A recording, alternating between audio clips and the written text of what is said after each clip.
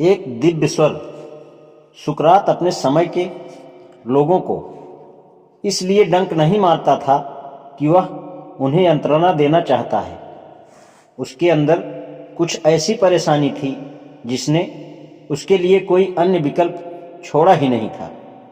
वह हमेशा कहा करता था कि उसके अंदर एक दिव्य स्वर है। उदाहरण के लिए, सुकरात इस बात पर घोर विरोध प्रकट करता था कि लोगों को मृत्युदंड देने में उसकी कोई भूमिका है।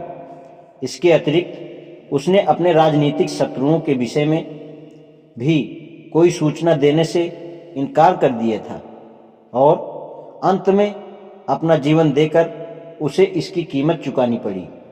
वर्ष 399 ईसा पूर्व में उस पर नए देवता सामने रखने और युवाओं को भ्रष्ट करने का आरोप लगाया गया। साथ ही यह आरोप भी था कि स्वीकृत देवताओं में उसका अविश्वास है। 500 व्यक्तियों की जूरी के हल्के से बहुमत ने उसे दोषी पाया। यदि वह चाहता तो नरमाई के लिए अपील कर सकता था।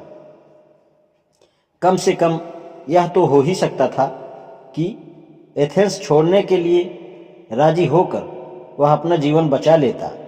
किंतु यदि ऐसा किया होता तो वह सुकरात न होता। इसके लिए अपनी आत्मा और सत्य का मूल्य अपने जीवन से ऊंचा था।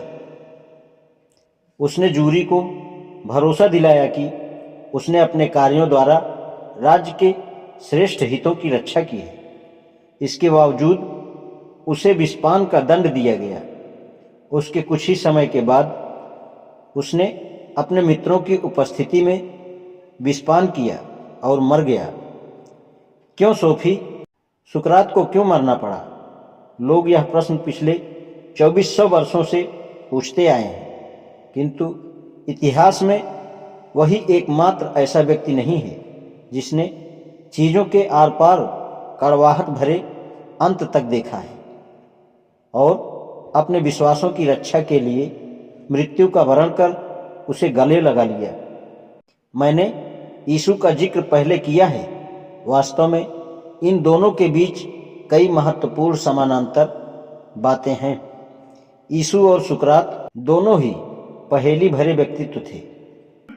अपने समसामयिक के लिए भी दोनों में से किसी ने भी अपने उपदेश स्वयं नहीं लिखे और इसलिए हम उस तस्वीर को स्वीकार करने के लिए बाध्य हैं जो उनके शिष्यों ने बनाई है।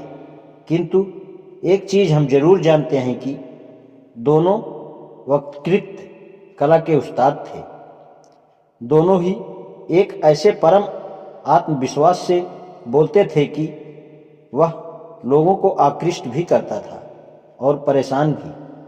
और भी बड़ी बात यह कि दोनों इस विश्वास से बोलते थे कि जैसे वे अपने से बड़ी किसी सत्ता की ओर से बोल रहे हैं। उन्होंने हर प्रकार के अन्याय और भ्रष्टाचार की आलोचना करके समाज की सत्ता को चुनौती दी और अंत में उन्हें अपने जोखिम भरे साहसिक कार्यों की कीमत अपनी जान देकर चुकानी पड़ी।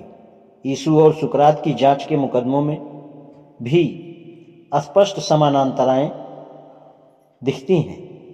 दोनों ही क्षमा याचना करके स्वयं को बचा सकते थे, किंतु वे दोनों ही यह महसूस करते थे कि वे किसी महान उद्देश्य के लिए दुनिया में आए हैं और यदि वे अपने कड़वाहट भरे अंत तक अपनी आस्था पर टिके नहीं रहते तो यह उस पवित्र उद्देश्य के प्रति धोखा होगा।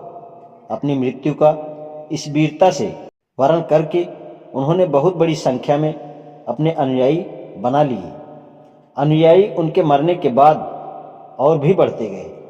मेरा अभिप्राय यह सुझाव देना बिल्कुल नहीं है कि यीशु और सुकरात एक जैसे थे। मैं केवल इस सच्चाई की ओर ध्यान आकर्षित कर रहा हूं कि दोनों के पास कोई संदेश था जो उनके निजी साहस के साथ अभिन्न रूप से जुड़ा था। आज इतना ही। धन्यवाद।